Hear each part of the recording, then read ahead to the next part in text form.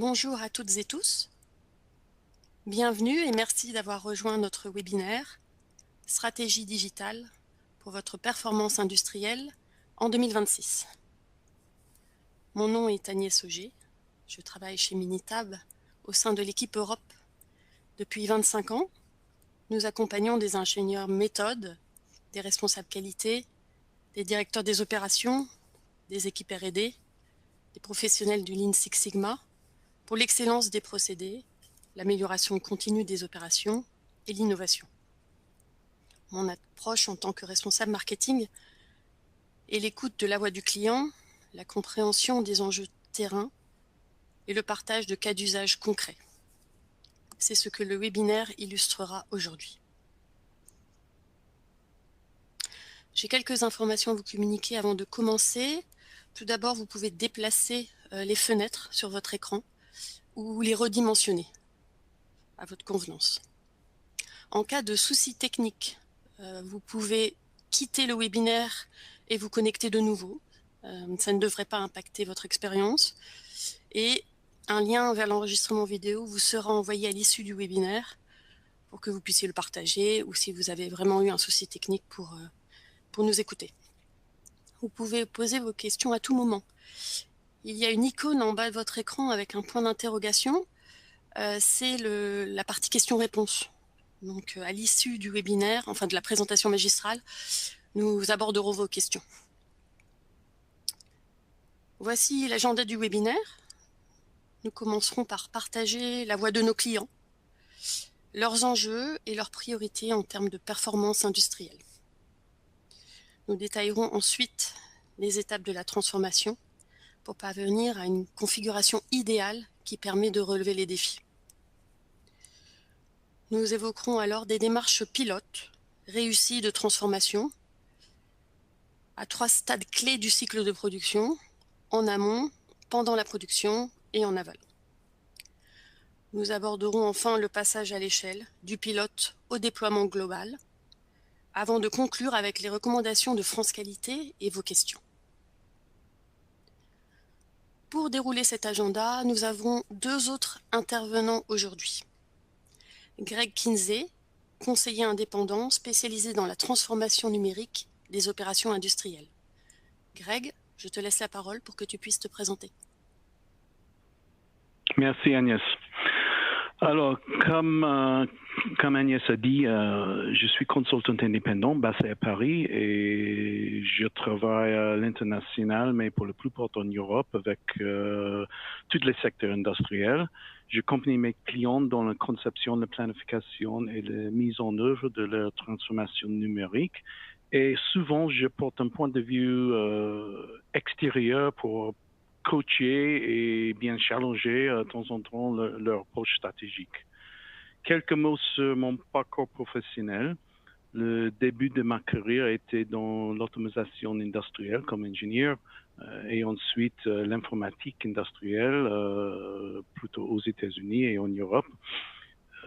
D'abord, j'ai travaillé dans le management de la qualité dans les années 90 en tant que pionnier du Lean Six Sigma, comme directeur de l'excellence opérationnelle chez Allied Signal, ici en France et dans toute l'Europe. Puis chez Siemens à Munich, au niveau mondial, j'ai géré un énorme programme de transformation qualité. J'ai collaboré avec Minitab à plusieurs reprises au cours de les 30 années dernières. Et j'étais aussi passé dans quelques cabinets de conseil où j'ai accumulé plus de 15 ans d'expérience en conseil de transformation digitale et au sein de nombreuses entreprises dans plusieurs secteurs. La dernière décennie, j'ai passé chez Vice President chez Hitachi, où j'ai vendu ou géré plusieurs projets numériques industriels. Notre solution était très axée sur la IoT et l'intelligence artificielle et j'ai travaillé en Europe et bien sûr au Japon avec Hitachi. J'ai toujours remarqué qu'il existe une forte continuité entre l'excellence opérationnelle et le numérique. Du coup, c'est un grand plaisir de participer à ce webinaire aujourd'hui. Je partagerai mes expériences, des idées, mes points de vue, etc., basés sur les divers projets dans ma carrière. Maintenant, je passe le parole à Pierre. Merci Greg. Pierre Giraud, bonjour à chacune et chacun. Je suis le président de France Qualité. Alors, France Qualité, c'est l'organisation représentative de la communauté des professionnels, de la qualité, des démarches de progrès et de maîtrise des risques. On parle de 8000 adhérents au niveau individuel et pour donner un autre indicateur chiffré, nous organisons à peu près 300 événements par an. Les missions de France Qualité, il y en a 4 essentiellement: consolider le partage de bonnes pratiques, réaliser un certain nombre d'actions, d'accompagnement, de promotion, contribuer à l'évolution de l'état de l'art et bien entendu représenter la communauté des professionnels à chaque fois que nécessaire. Ça peut intervenir aussi dans le domaine de la reconnaissance, puisque, alors c'est pas forcément le cas dans tous les pays, mais en France, c'est nous qui avons la délégation des pouvoirs publics pour la remise des trophées, des distinctions à caractère collectif ou individuel.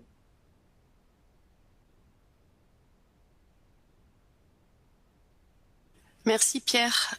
C'est une fierté pour moi de voir nos organisations travailler conjointement à l'excellence des entreprises françaises et à leur rayonnement à l'international.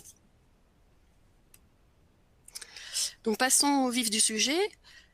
Tout d'abord, nous allons partager les résultats d'une étude que nous avons menée à l'échelle mondiale toute l'année dernière, au cours d'événements que nous avons organisés, mais aussi via des sondages en ligne, et en France au mois de janvier. Donc merci à tous ceux parmi les participants qui ont contribué aux résultats de cette étude et qui ont répondu à notre sondage. Nous allons d'ailleurs tirer au sort 2 gagnants pour les remercier pour leur avis et leur opinion. Et donc, ils gagneront un petit bon d'achat. Voilà. Donc, merci à tous. Donc, plus de 400 professionnels ont été interrogés sur leurs priorités, leurs freins et leurs leviers en termes de performance industrielle. Le constat est clair, des ambitions, des progrès et des difficultés concrètes. De cette étude émergent 5 enseignements clés. Le premier, selon les répondants, la capacité de production et la productivité sont leur enjeu numéro 1 en termes de performance industrielle. En effet, il faut tenir les engagements vis-à-vis du client et délivrer le volume et la qualité exigés. Mais comment y parvenir quand les priorités changent sans cesse, les plannings sont instables et les promesses clients viennent parfois désaligner les opérations? Nous vous donnerons plusieurs pistes pour répondre à cette question. À noter qu'à l'international, notre étude était plutôt axée sur la qualité que la performance industrielle, et la priorité qualité qui a été citée est la réduction des défauts. Toutefois, c'est logique, car c'est un moyen essentiel pour protéger la capacité de production. Si on réduit les défauts, on produit plus. Le deuxième enseignement de notre étude en France, la qualité et la fiabilité des données de production sont le premier frein à la performance industrielle. Soit les données sont incomplètes, soit elles sont insuffisantes, peu fiables et difficiles à exploiter. Résultat, trop de temps passé à saisir, récupérer, nettoyer.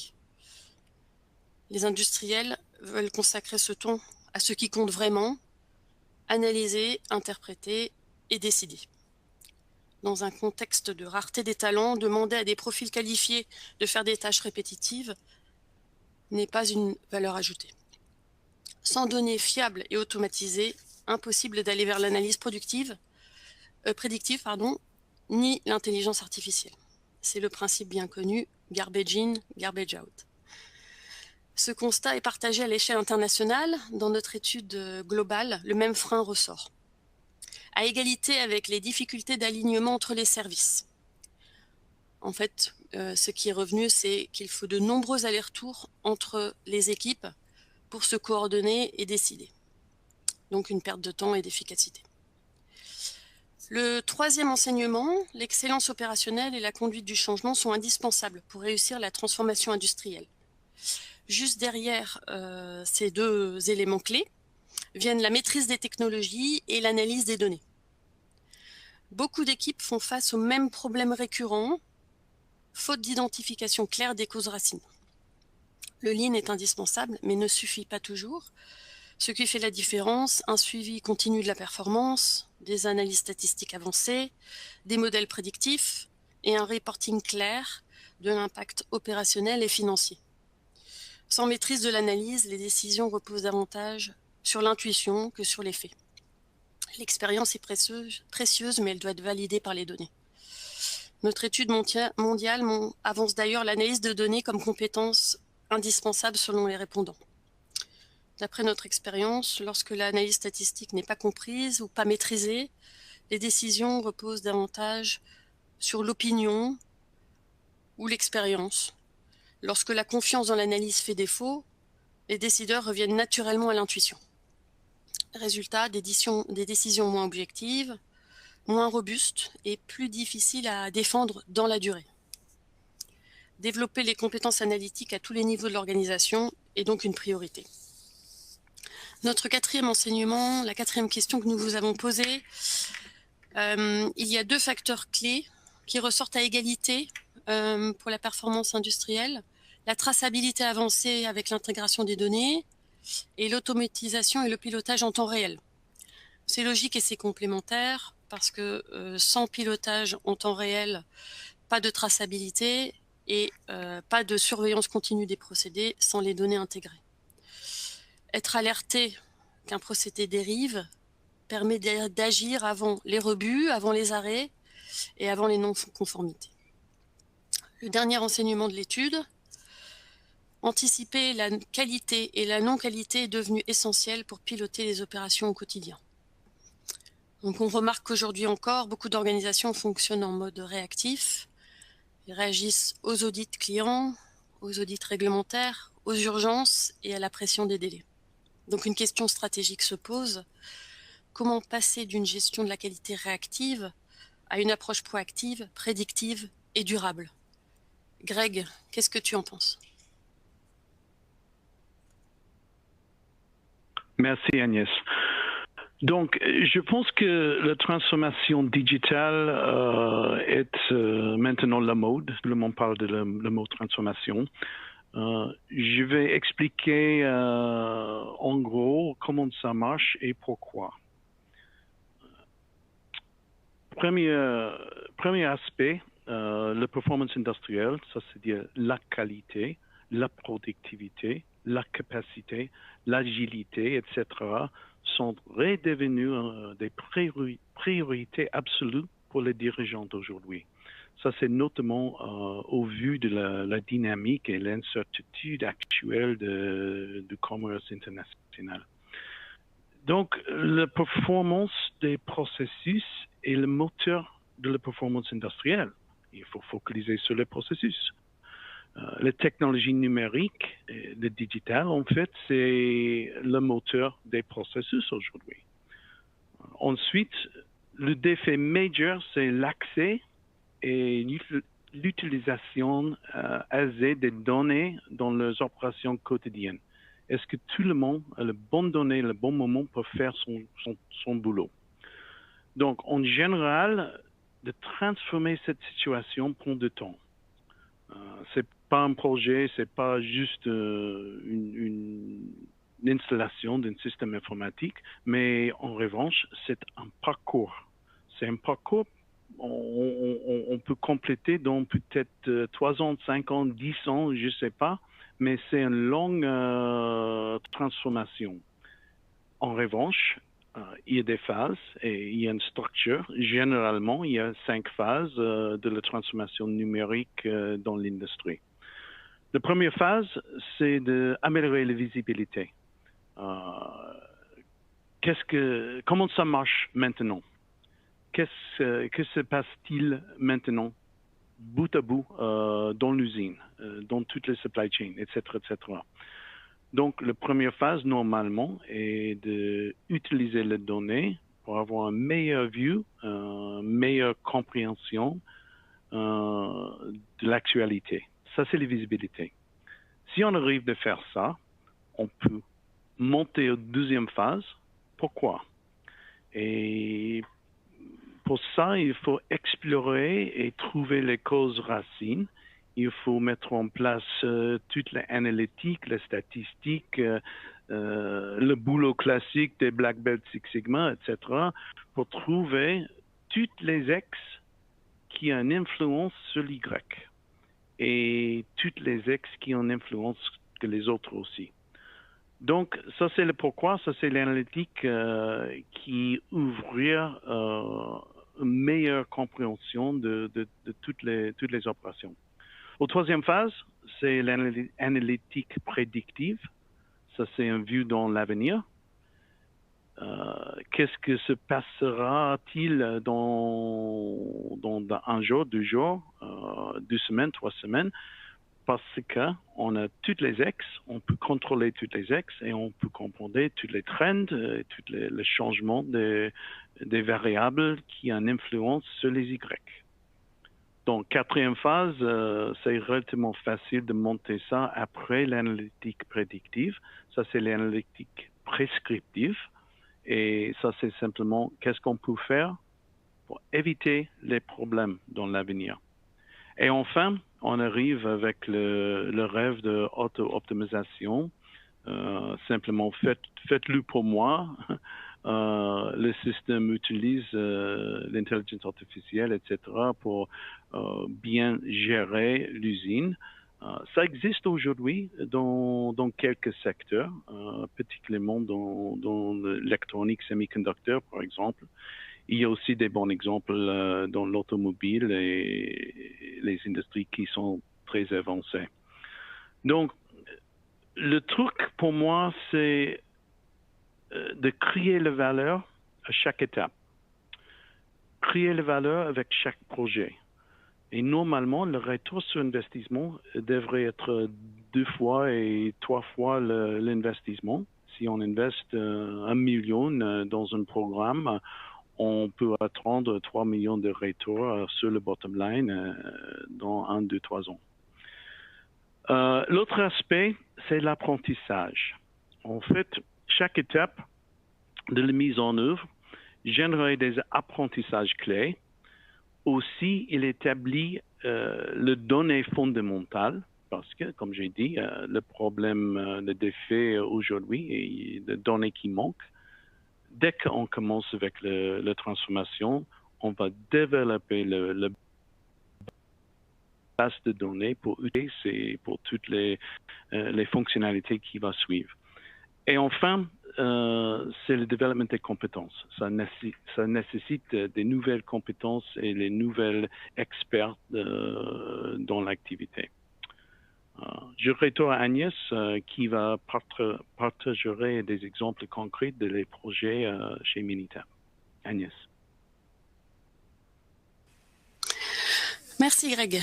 Oui, en effet, je vais parler de 3 retours d'expérience de nos clients issus de secteurs et de pays différents.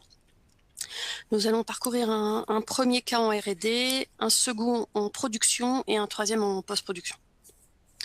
Les 3 exemples illustrent la même ambition, reprendre le contrôle des processus de production grâce aux données, résoudre des problèmes concrets et obtenir des résultats mesurables. Pour chacun de ces cas, nous avons structuré la présentation autour de 4 axes: description du problème, rappel des défis, la solution qui a été mise en œuvre et les résultats obtenus. Donc, le premier cas concerne une entreprise du secteur agroalimentaire en phase de R&D.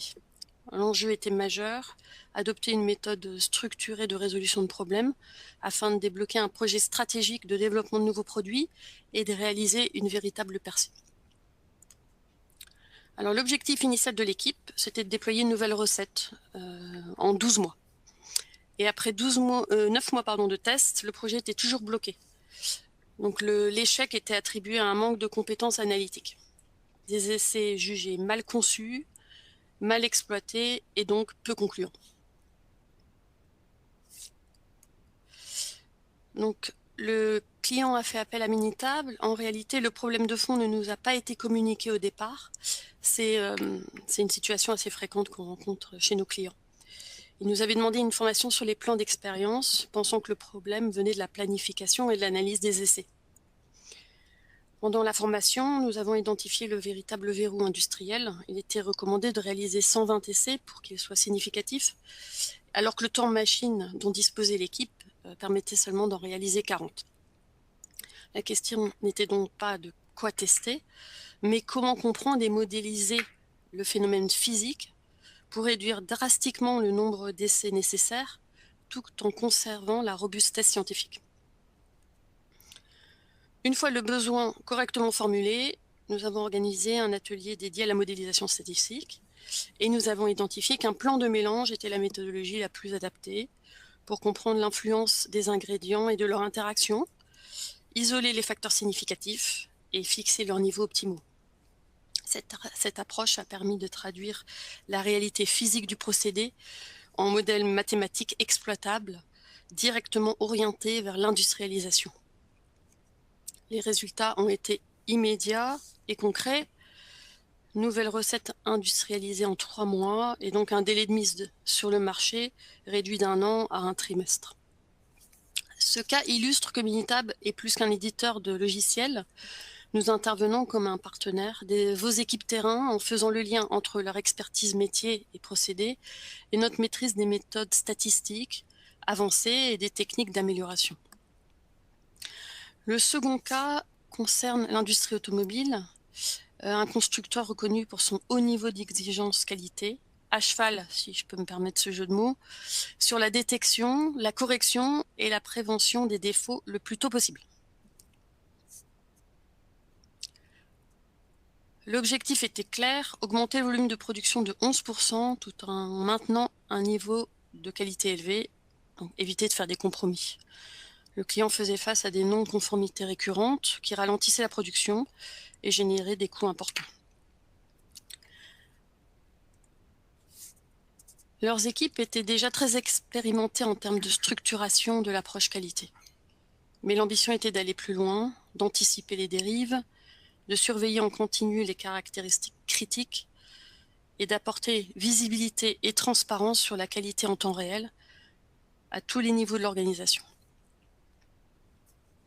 Nous avons déployé une solution de contrôle statistique des procédés en continu, Real-Time SPC. La solution est directement alimentée par les flux de données de production et s'appuie sur plus de 30 tableaux de bord pour ce client, près de 300 cartes de contrôle mises à jour en direct, de façon dynamique, et des alertes automatiques envoyées aux services concernés, dès le moindre risque de dérive. En parallèle, nous avons mené des ateliers de sensibilisation et de formation pour renforcer les compétences en termes de maîtrise statistique des procédés pour les équipes terrain. Les résultats, 45 jours après ces actions, une diminution des coûts de non-qualité par 2, et puis des opérateurs convaincus qui ont demandé l'extension de la méthode à d'autres lignes de production. Le dernier cas, dans le secteur de la logistique, les indicateurs sont connus, on peut bien s'imaginer, c'est la variation de la demande, c'est le taux d'occupation du personnel dans les entrepôts et au niveau de la plateforme logistique, le respect des délais et la satisfaction des clients en termes de délai et de qualité. Donc le client était, on peut le citer, donc le client était Seva Logistique à Brandenburg. Il faisait face à une forte croissance de l'e-commerce avec une demande très fluctuante. Donc vous pouvez imaginer le secteur, c'était le secteur de la fast fashion. Les changements fréquents d'équipe pour absorber les pics de commandes entraînaient des retards coûteux. Le défi était double. Traiter rapidement un volume important de commandes et un volume variable, tout en maîtrisant les coûts. Il n'était pas envisageable de tester des changements opérationnels d'équipe en conditions réelles parce que ça entraînait des arrêts et l'équipe courait le risque de perturber les opérations. Donc nous avons mis en place avec le client un jumeau numérique basé sur la simulation de son procédé, alimenté par des données réelles. Cette approche a permis de tester différents scénarios d'organisation et de dimensionnement des équipes, sans aucun risque opérationnel. On a testé les changements avant de les mettre en place, avant toute mise en œuvre sur le terrain, qui pourrait perturber les équipes. Les résultats ont été très concrets. Détermination du nombre optimal d'opérateurs pour chaque équipe, près de 200 heures de travail économisées, et puis une augmentation de 2% de la capacité hebdomadaire de ce centre de distribution. Ces pilotes permettent de convaincre la direction quant à la valeur de la digitalisation, tout en soulageant tout de suite les équipes opérationnelles.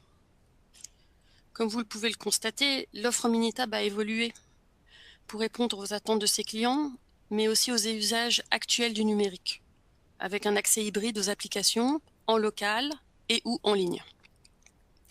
Aujourd'hui, nous proposons une solution complète de A à Z, depuis la collecte de données, leur préparation, leur analyse et la restitution des résultats dans des tableaux de bord dynamiques accessibles à tous les niveaux de l'organisation.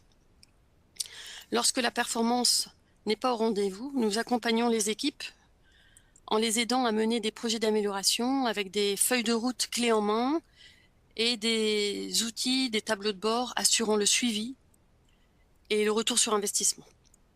Avoir des solutions en ligne nous permet aussi à présent d'exploiter l'IA. Alors c'est une IA contrôlée par nos experts qui fonctionne en boucle fermée, donc il n'y a pas de communication des données vers l'extérieur. Ça aide l'utilisateur à choisir la bonne méthode, donc soit la méthode d'analyse, soit l'outil Lean pour faire avancer son projet. L'IA dans nos solutions permet aussi d'aider l'utilisateur dans l'interprétation. Avec typiquement nos autres clients, face à une telle situation, ont utilisé tel outil, et avec ce type de résultat, vous pouvez en conclure que votre test est significatif, pas significatif, etc. Donc ça permet d'accélérer le travail de vos équipes et aussi de renforcer leur confiance au niveau de leur méthode d'analyse et dans l'utilisation des solutions. Donc, les 3 cas présentés sont des exemples réels de ce que nous mettons en place avec nos clients. Ils montrent qu'au-delà des secteurs, la performance durable repose sur les mêmes leviers. La visibilité, la transparence, l'anticipation et des décisions fondées sur les données. La question devient alors comment étendre la réussite de ces pilotes, qui peuvent paraître anecdotiques, et déployer ces approches à l'échelle de l'entreprise. Je passe la parole maintenant à Greg, dont l'expérience auprès des opérateurs, des équipes d'amélioration continue, mais aussi des comités de direction, va nous apporter 3 pistes concrètes et éprouvées. Je te passe la parole, Greg. Merci Agnès. Donc, le succès de les cas que vous avez expliqué bien, ça c'était pas seulement grâce à la technologie. En plus de la technologie, il faut vraiment travailler sur les 3 C de la transformation. Qu'est-ce que c'est les 3 C? Les 3 C, simplement, c'est les 3 axes nécessaires pour transformer et en gros améliorer la performance industrielle d'une usine, une opération, une dépôt logistique, etc., etc. Donc, le premier C, c'est les capacités. En anglais, on parle de competencies. Le deuxième, c'est la constance ou la régularité. Et ça se dit en anglais consistency. Et le troisième, c'est la culture, même en anglais. En fait, capacité, qu'est-ce qu'on voit dans cet axe? Initialement, on parle toujours de la capacité du processus, comme CPK, les trucs classiques faits depuis des années par les Black Belt, etc. On peut parler aussi de la capacité des machines, la capacité d'automatisation industrielle, mais aussi la capacité humaine. La capacité des gens pour faire les choses mieux, pour faire les choses différentes, pour faire les choses exceptionnellement ou vraiment pour mettre l'innovation dans les opérations. Il est absolument nécessaire d'avoir l'intégration de le côté humain avec le côté technologie. Dès qu'on a les capacités, ça ne garantit pas les bons résultats dans un trimestre, dans l'année. parce qu'il faut aussi regarder la constance, la continuité, la régularité. Ça, c'est dire attaquer les variations. Et la performance des usines variait entre un jour et l'autre. Certaines entreprises célébraient les entre guillemets bonnes journées et donc cherchent à éliminer les mauvaises journées. Votre performance dans une bonne journée reflète la qualité de votre processus, la qualité de votre culture. Au Japon, j'ai vu chez Toyota une confiance suffisante dans les processus pour se passer d'inspection dans certaines opérations. Ça, c'est dire la constance, régularité était très, très haut dans les magnifiques usines de Toyota au Japon. Et la variation est bien connue et bien contrôlée. Donc, le troisième, c'est la culture. On parle beaucoup de ce mot. Mais pour moi, la culture, c'est absolument le feeling, le ADN et surtout le comportement de tous les gens, de top management, de tous les opérateurs, de tous les gens qui sont sur le terrain, qui travaillent dans une certaine façon. Et la façon de travailler, c'est un direct résultat de la culture. Pour améliorer la culture dans la transformation, il faut supprimer les silos et supprimer les hiérarchies d'information. Donc, ça se dit améliorer la visibilité, améliorer l'intégration des tâches, intégration humaine, intégration des informations et des communications.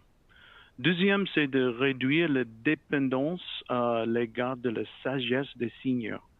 Dans chaque visite, quand je regarde dans une usine, par exemple, je pose les questions, comment vous résolvez ce problème? Et souvent, les gens vont dire, oui, Greg, c'est un peu compliqué, mais grâce à Monsieur X qui était là depuis 20 ans, il comprend tout. Et on utilise beaucoup la sagesse des seniors. Le problème aujourd'hui, les seniors sont en train de commencer leur retraite et toute la sagesse, toute la connaissance des machines, des processus, etc., va sortir. Donc, un but de le système informatique est de capturer toute cette sagesse humaine et intégrer ça dans les processus et dans le système information pour l'avenir. Donc, troisième, c'est de gérer les faits, gérer par les faits et par les données, et pas par les conjectures et les suppositions ou souvent le travail en pompier, entre guillemets. Quatrième et en finale pour la culture, c'est de activer les nouvelles valeurs, la mentalité, la façon de travailler, le comportement, les compétences et même la conception des postes, le flux de travail. Il y a un aspect culturel dans tous les aspects de cette transformation. Donc, en gros, comme j'ai dit, il ne faut pas juste investir dans les technologies. Les technologies, c'est essentiel. Mais en plus, il faut focaliser sur les 3 axes, les 3 C. Bon, je retourne la parole à Agnès. Merci. Merci beaucoup, Greg. Pierre nous a écoutés patiemment et je pense qu'il a certainement une contribution à apporter. Tu nous as parlé du nombre de tes membres, c'est assez impressionnant, mais vous travaillez aussi avec des institutions sur l'état de l'art de la qualité. Donc, quelles sont, selon toi, les perspectives de France Qualité à ce sujet par rapport à tout ce qu'on a partagé aujourd'hui? En tout cas, il est clair que nos actions actuelles s'inscrivent totalement dans la même approche que celle présentée par toi, Agnès et Greg, depuis tout à l'heure. Il y a une résonance évidente. Et d'ailleurs, les thèmes qui viennent d'être abordés sont souvent ceux qui reviennent via les remontées des adhérents ou les discussions avec l'ensemble du réseau. Je vais en illustrer quelques-uns. D'abord, l'évolution nette et rapide du positionnement de la fonction qualité. L'enquête, qui était la plus large d'ailleurs jamais conduite dans le monde francophone, l'a montré l'année dernière. Aujourd'hui, dans de plus en plus d'entreprises, il y a une véritable intégration des démarches de progrès et de maîtrise des risques sous l'égide, dans la plupart des cas, du leader qualité, lequel d'ailleurs s'engage de plus en plus en matière de RSE, voire de cybersécurité, par exemple. Autrement dit, le lien, la synergie qualité-stratégie s'avère de plus en plus visible. Et quand on y réfléchit un peu, il y a un fondement naturel. Si vous êtes dirigeant et que vous cherchez à construire ou faire évoluer votre stratégie, ça passe par un certain nombre de phases. Greg l'évoquait à sa façon d'ailleurs. C'est écouter les parties prenantes, déterminer ensuite un certain nombre d'objectifs et de déclinaisons par processus, suivre les résultats, gérer l'amélioration continue. On retrouve de fait l'ADN de la qualité. Un deuxième élément qui me frappe depuis tout à l'heure, Greg parlait beaucoup à juste titre d'anticipation. Et c'est vrai que côté France Qualité, nous sommes aussi beaucoup tournés vers l'avenir. A été créée par exemple une commission de notre think tank qui s'intitule Manager Qualité du futur, tout est dans les mots, et l'objectif de cette commission, c'est clairement de préparer le plus possible les évolutions à venir, à la fois au niveau des responsabilités et des compétences des personnes concernées. Si on fait un petit zoom d'ailleurs sur les compétences, au fond, qu'est-ce qui se dégage? Évidemment, les connaissances techniques vont demeurer, sauf que la partie qui devrait se révéler la plus importante demain après-demain en termes d'expertise, c'est plutôt ce qui tourne autour des compétences personnelles, on dit parfois les soft skills. De quoi s'agit-il? C'est la capacité d'écoute, d'animation, de conseil, d'accompagnement, l'ouverture à l'extérieur, le sens de l'innovation. Autrement dit, le côté rassembleur, fédérateur du responsable qualité doit jouer de plus en plus à l'avenir. Et là encore, ce n'est pas totalement illogique à partir du moment où on sait que la transversalité joue un rôle déterminant. Troisième élément, de manière très courte, au cœur des défis du moment existe la transformation. C'est une évidence. Celle de l'entreprise d'abord. Je me permets de renvoyer un livre blanc que nous avons commis sur le sujet. Et là, évidemment, reviennent les dimensions comme la recherche d'efficacité autour des processus, via les interactions, la logistique, le développement de l'excellence opérationnelle, notamment en secteur industriel, voire l'essor d'une dynamique à l'exportation, ce qui peut être très important en particulier pour des entreprises de taille intermédiaire. Deux petites recommandations, si vous le permettez. La première, on le vérifie à l'usage dans beaucoup de situations, plus l'approche de l'excellence opérationnelle va être étayée sur l'avis, les contributions des opérateurs de terrain, mieux, à la fin, le dispositif fonctionnera. On parle de quoi? On parle typiquement d'ateliers participatifs, de programmes de suggestion. Et puis un deuxième élément, ça me fait particulièrement plaisir que Greg invoque la notion de culture. Oui, je confirme, en ce moment, la culture qualité, par exemple, joue un rôle absolument clé dans un certain nombre de réflexions. J'oserais dire que souvent, la culture qualité, c'est même le ciment du rassemblement des acteurs et probablement de la réussite.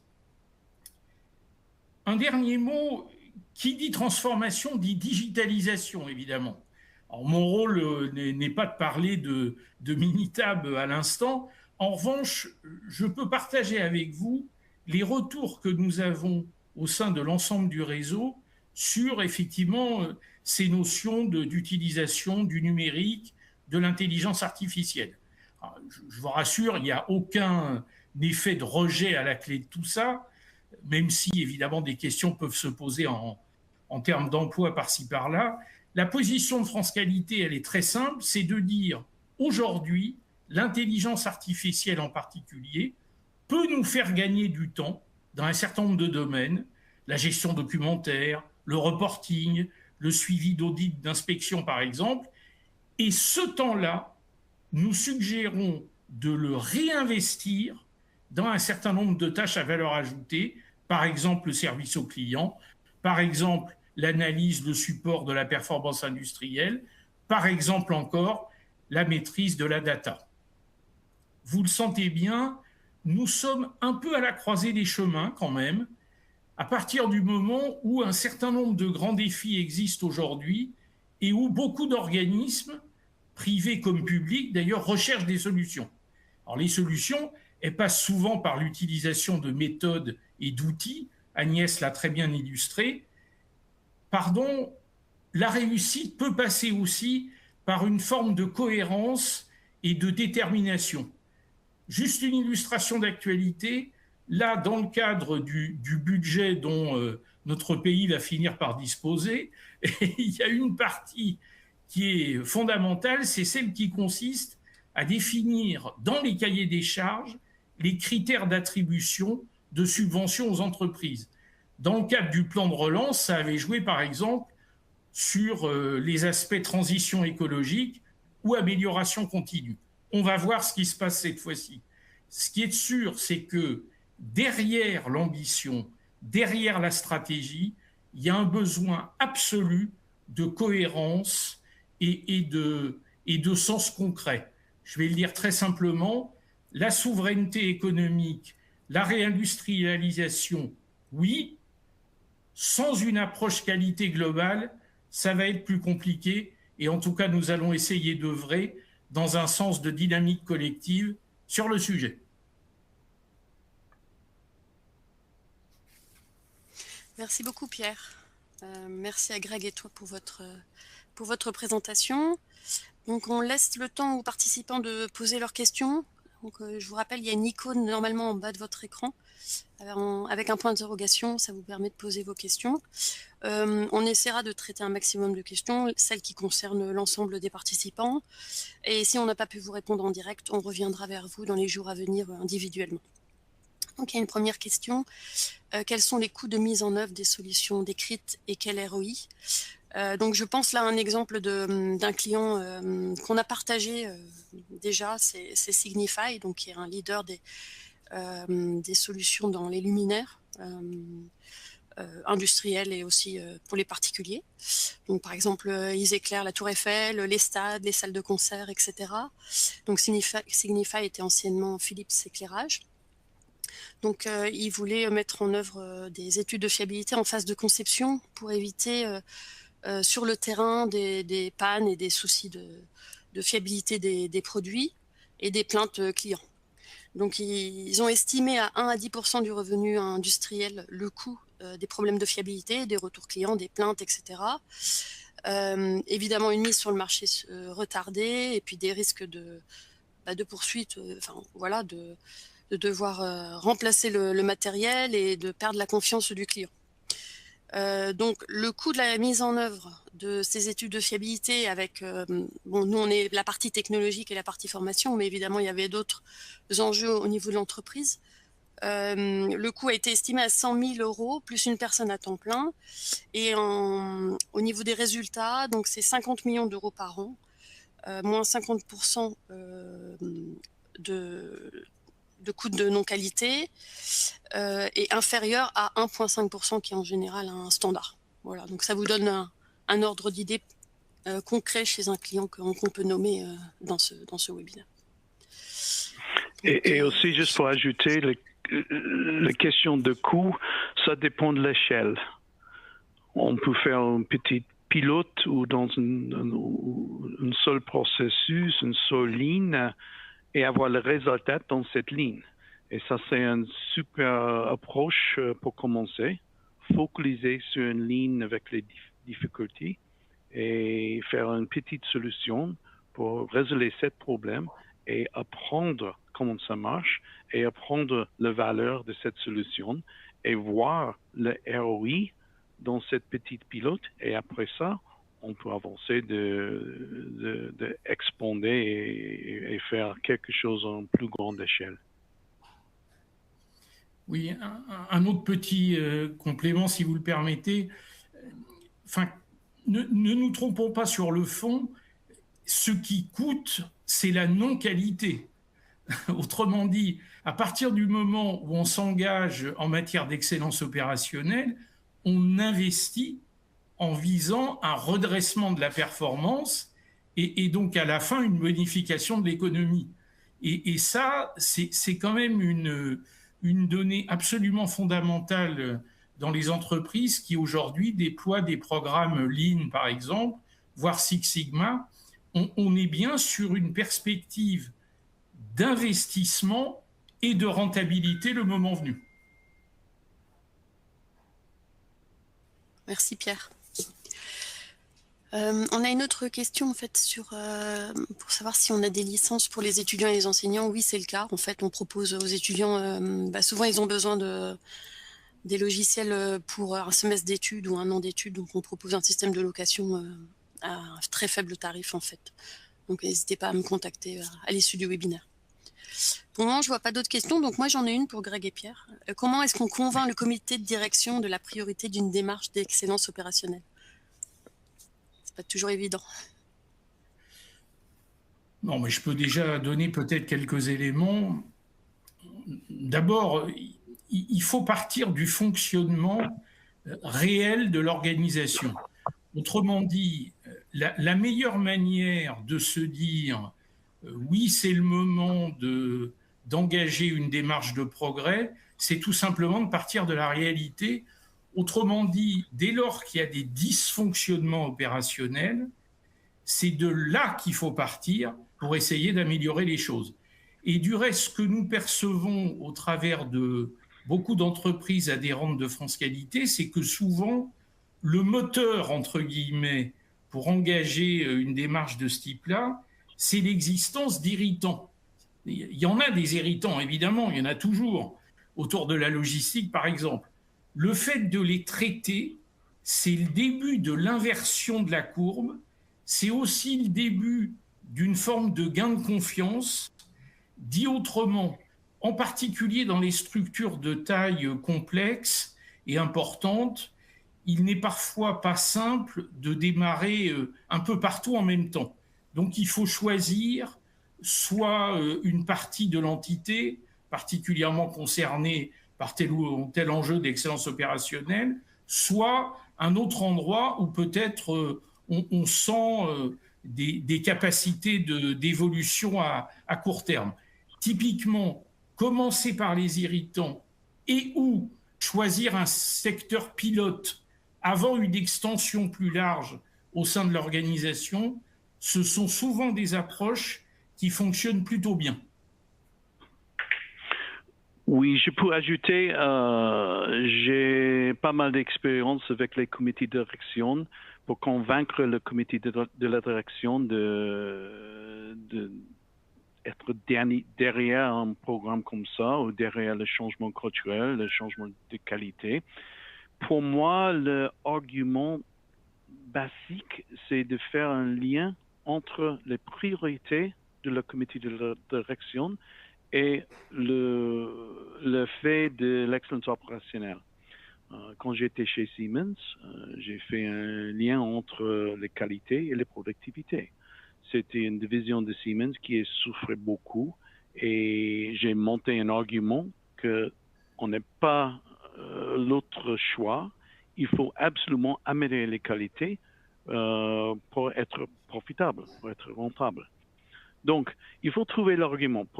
Bien sûr, dans toutes les entreprises, il y a des priorités.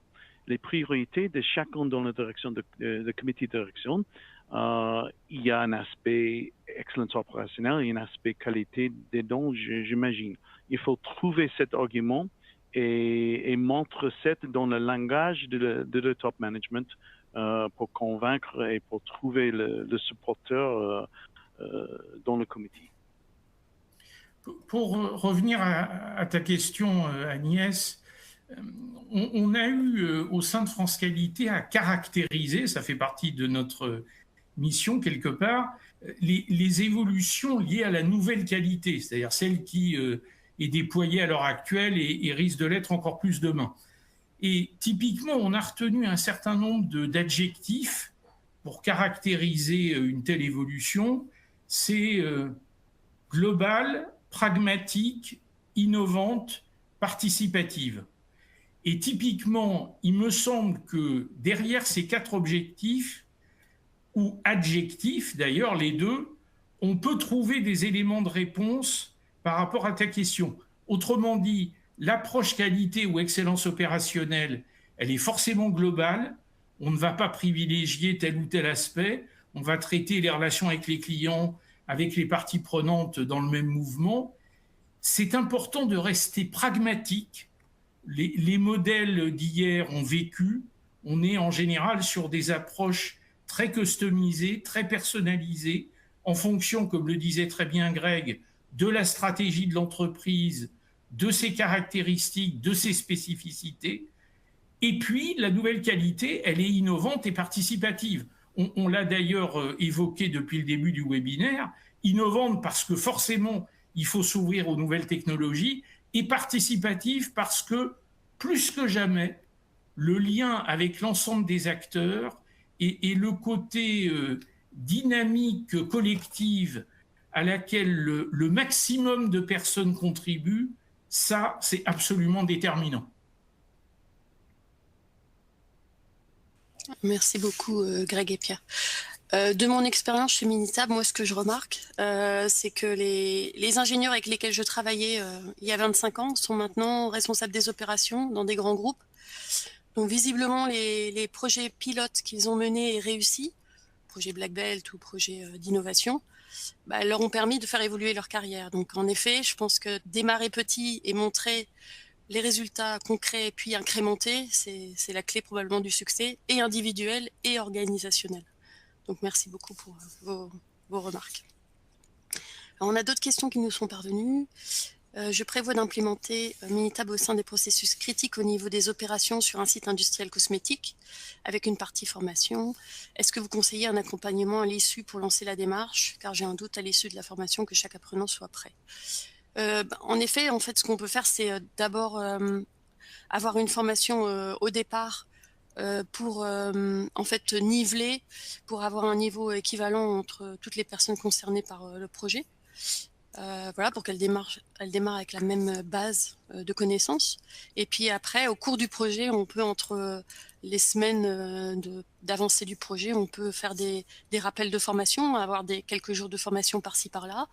Et puis à l'issue du projet, faire un rafraîchissement, un récapitulatif, ou on peut faire de l'accompagnement, en effet, sur votre projet. Donc on peut faire un système de Gemba, de venir sur votre site et de faire avec vous un atelier vraiment clé en main et personnalisé en fonction de votre problème, parce que j'avais donné un exemple où le problème était mal identifié et ça peut faire perdre beaucoup de temps, donc on peut peut-être vous aider à ce niveau-là, en effet.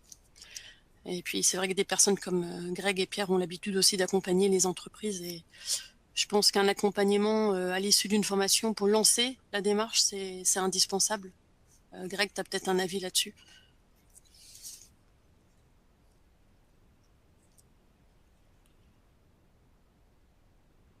Oui, je suis absolument d'accord, Agnès, merci. C'est absolument nécessaire d'avoir une compréhension claire, une but clair pour le changement, pour la transformation.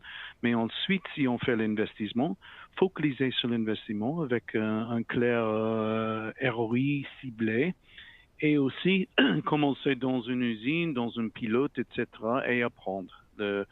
Le fait de faire l'apprentissage est absolument nécessaire. On a une question intéressante sur l'IA. Alors, attendez. Alors, je vais essayer de la retrouver, pardon. Où va l'intelligence artificielle appliquer la transformation qualité, machine learning, tout agentique, voilà.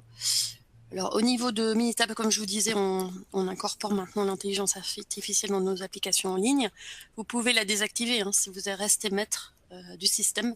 Si vous l'activez, en fait, on a une option qui s'appelle AutoML, donc Automated Machine Learning, et en effet, c'est pour aider l'utilisateur à trouver le meilleur algorithme pour son jeu de données. Donc, on va utiliser ce qu'ont fait l'ensemble de nos utilisateurs dans un cas similaire pour proposer le meilleur algorithme pour votre cas concret en fait.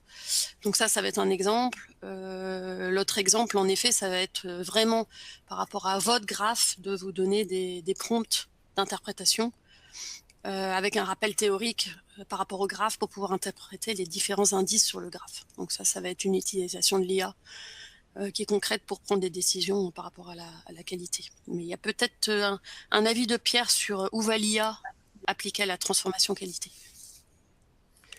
En tout cas, je pense que, comme on l'a un peu partagé tout à l'heure, elle a beaucoup de sens dans un certain nombre de domaines. Ce n'est pas forcément la panacée. Il ne s'agit pas d'en faire un outil universel, mais on voit bien que pour toute une série de tâches indissociables de la fonction qualité, elle peut effectivement apporter une simplification, une aide au quotidien. Autrement dit, nous, au sein de France Qualité, on voit plutôt l'intelligence artificielle comme une facilitation. Et à mon humble avis, c'est important de rester là-dessus.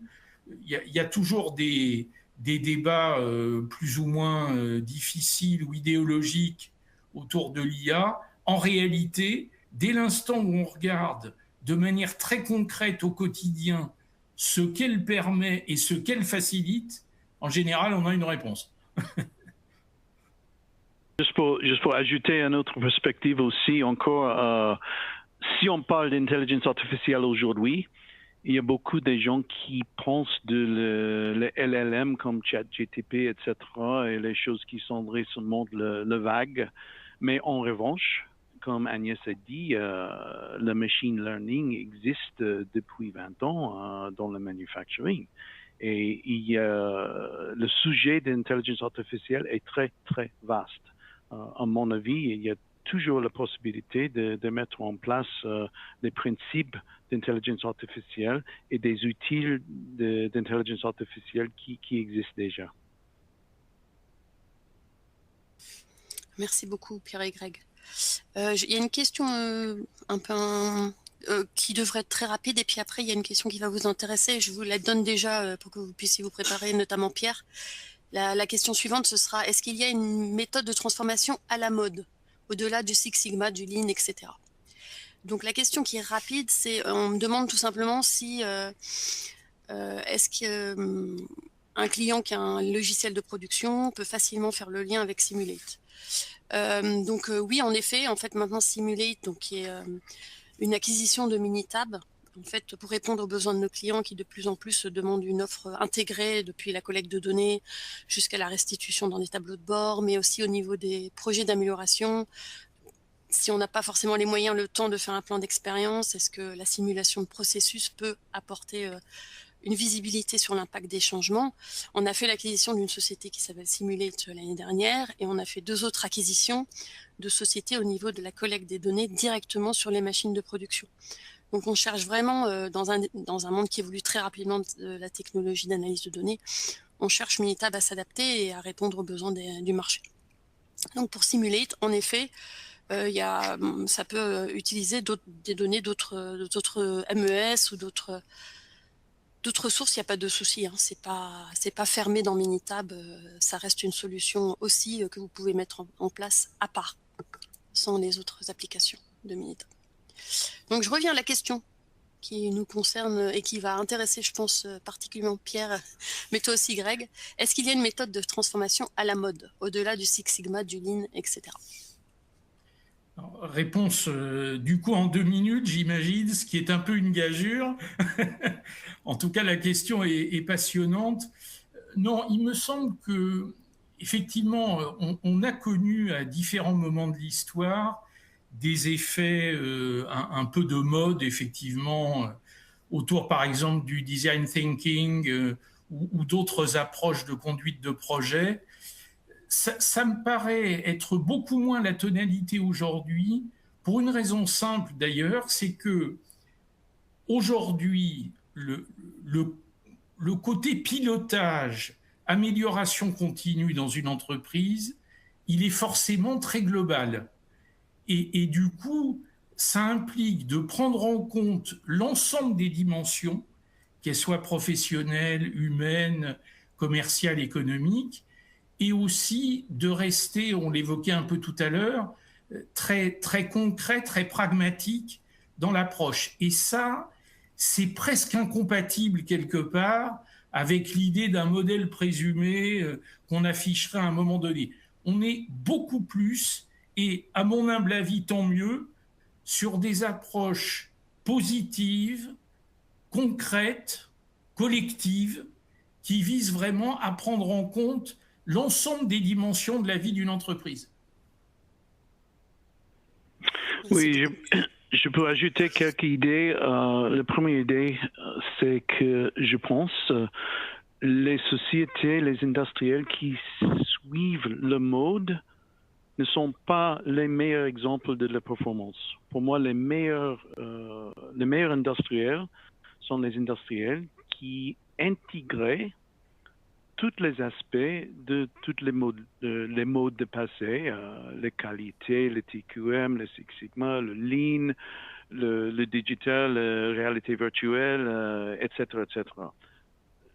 Ça, c'est pour moi le secret du succès. Et pas suivi tous les buzzwords et tous les modes qui va forcément changer toutes les années. Deuxième, c'est compétences. En fait, c'est la compétence d'ingénierie industrielle. Et pour moi, les anciennes méthodes sont toujours nécessaires aujourd'hui. À la base, rien n'est vraiment changé. Hein. C'est les qualités, les processus, le principe de Lean, le principe de qualité, etc. Mais c'est la technologie qui est plus capable, excusez-moi, et c'est la technologie qui est plus capable aujourd'hui de faire les résultats plus vite, et aussi la technologie est moins en moins chère. Merci beaucoup pour tous ces points. On arrive à la fin du webinaire. Donc, je vous remercie Greg et Pierre pour cet échange. On enverra donc l'enregistrement vidéo du webinaire. On peut vous communiquer bien sûr les coordonnées de France Qualité et de Greg. Vous pouvez aussi les trouver sur LinkedIn. Merci à tous et à tous d'avoir participé. Il y a un questionnaire en ligne qui va s'ouvrir lorsque vous quittez la fenêtre, mais il est aussi déjà accessible depuis le début, normalement sur votre droite. Ou si vous ne le voyez pas, vous pouvez cliquer en bas sur l'icône bleue, si elle est bleue de votre côté. Et nous espérons que la session vous a apporté des pistes concrètes. On vous souhaite une excellente journée. Au niveau de la simulation de processus, le thème sera abordé lors d'un webinaire avec les techniques de l'ingénieur. C'est un magazine technique de l'ingénieur. Donc normalement, on n'a pas encore bloqué la date, me dit Aurélia, mais on vous communiquera l'invitation. Voilà, donc il y aura un webinaire dédié aux techniques de simulation de procédés pour les ingénieurs. Voilà, avec technique de l'ingénieur. Donc merci à tous. Et puis on reste à votre disposition, bien sûr. On va vous envoyer un message de suivi. Donc n'hésitez pas à nous questionner et à prendre contact avec nous. Merci Greg, merci Pierre, au plaisir. Partagez. Aurélia a mis aussi un lien vers le questionnaire de satisfaction dans le chat, je crois, dans la discussion de groupe. Voilà, merci à tous.